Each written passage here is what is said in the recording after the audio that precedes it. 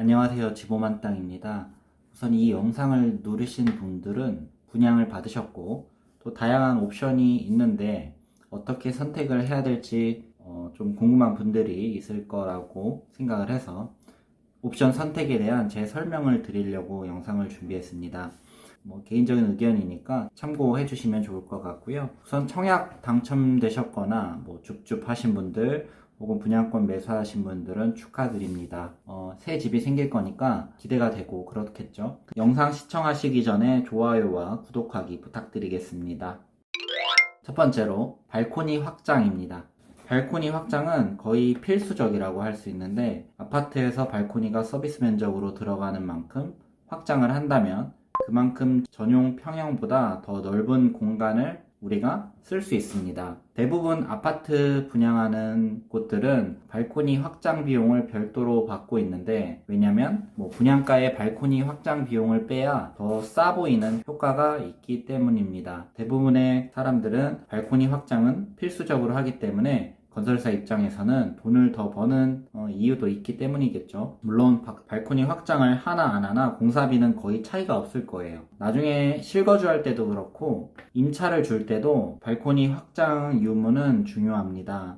여기서 나는 확장 안 된 거에 좋은데 라고 하시는 분들은 선호도 정규 분포에서 이 가운데보다 더 이제 먼 양쪽에 있는 분들이 아닐까 생각을 하고요. 제가 분양받은 아파트는 처음 분양 계약 시에 계약금 10% 내고 이 옵션만입니다. 그리고 1년 정도 지난 뒤에 중도금 50%를 냈습니다. 발코니 확장 비용 그 기준으로요. 그리고 잔금 시기에 나머지 40%를 내는 방식이었습니다. 이렇게 되니까 처음에 설명을 들었는데 1년 뒤에 중도금 50%를 내라고 하니까 제 입장에서는 갑자기 생돈 나가는 기분이었던 거예요. 그래서 분양 받으신 분들, 옵션 선택한 분들은 옵션 비용이 중도금 대출이 되지 않으니까 이 돈은 미리미리 준비하시는 것이 좋습니다. 두 번째는 시스템 에어컨입니다. 지난번 영상에서 잠시 언급을 했었는데 두둥탁.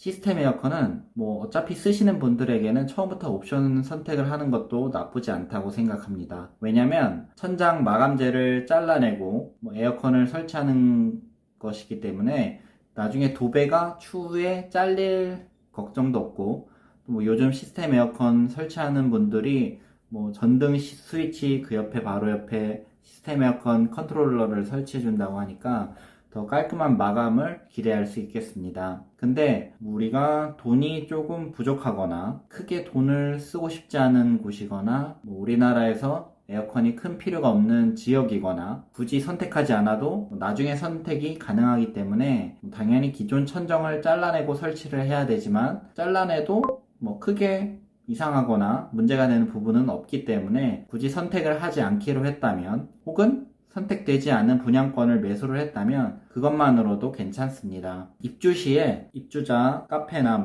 단톡방, 계약자 단톡방 이런 곳들에서 에어컨을 공동구매 형식으로 설치하는 경우도 많이 있기 때문에 분위기에 맞춰서 에어컨을 선택하시면 됩니다. 자, 세 번째로 중문입니다. 중문은 개인적으로 선호하진 않습니다. 어디서 영향을 받았나 봤더니 인테리어 쇼 영상을 보면서 저도 어느 정도 납득이 됐는데 그럼에도 불구하고 중문의 형태가 굉장히 개방감 있는 것이라면 해도 괜찮을 것이라고 생각이 듭니다. 개방감이라면 통 유리로 되어 있다든지 슬라이드 형식으로 현관 바깥과 내부를 한 번 더 구분하는 역할을 할 수 있다면 그 중문 설치도 깔끔하게 될 수 있겠죠. 당연히 옵션 선택할 때 안 해도 괜찮습니다. 필요하다면 입주 시에 공동구매로 선택을 하거나 개인적으로 중문을 골라도 그렇게 비싸지 않기 때문에 중문은 안 하셔도 괜찮을 거라고 생각이 듭니다. 다음 네 번째로 포세린 타일 바닥입니다. 고급 주택이나 빌라에서 슬리퍼를 신고 다니면서 바닥은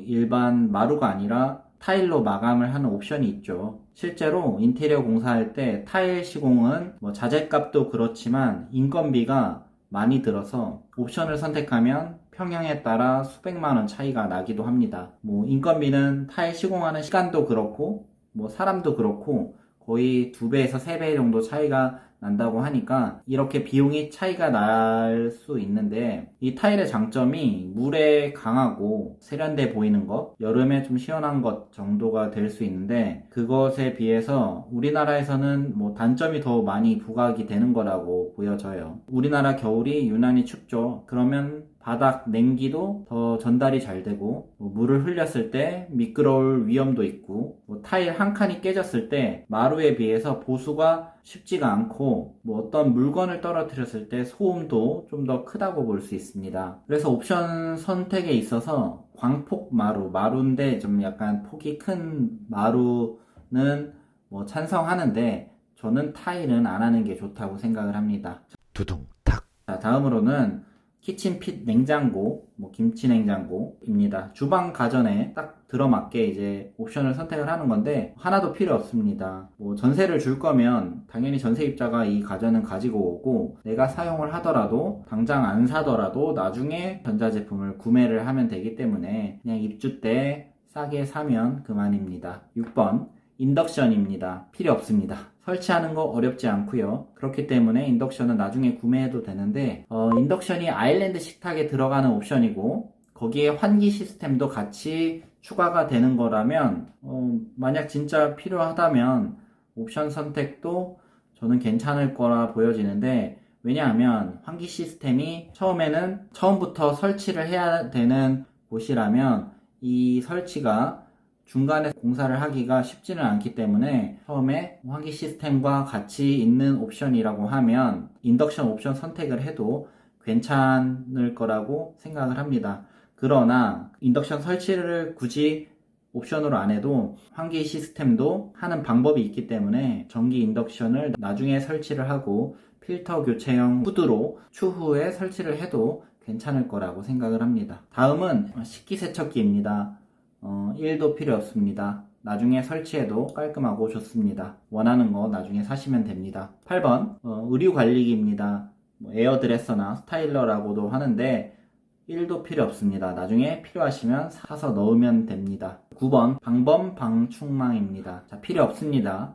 1층 정도만 필요할 수도 있고 또 안 필요할 수도 있는데, 처음에 옵션으로 선택 안 해도 입주할 때 공동구매로 설치해도 되는 품목입니다. 자, 10번 유리 필름 시공입니다. 필요 없습니다. 해를 막아주는 거는 커튼이 하면 되고 그 외에는 해가 필요한 경우가 많고요. 유리 필름 시공은 추후에 시공을 해도 되는 거기 때문에 옵션으로 굳이 선택을 안 해도 괜찮습니다. 자, 이상 10가지 옵션들을 나열해 봤는데 제 주관적인 생각이고요. 제가 분양받은 아파트는 확장 말고는 옵션을 선택을 하나도 안 했습니다. 내년 입주인데 그때 입주할 때 분위기 보고 생각을 해보려고 합니다. 전세를 주는 입장에서는 시스템 에어컨이 전세입자의 선호도가 굉장히 높을 수도 있기 때문에 시스템 에어컨은 고려를 해보시는 게 좋고요. 가전값이 매년 올라가고 있어서 어떻게 될지는 잘 모르겠는데 일단은 당장 돈 쓰기 싫어서 선택을 안 했습니다. 분양하는 단지별로 조금씩 다른 경우도 있으니까 궁금한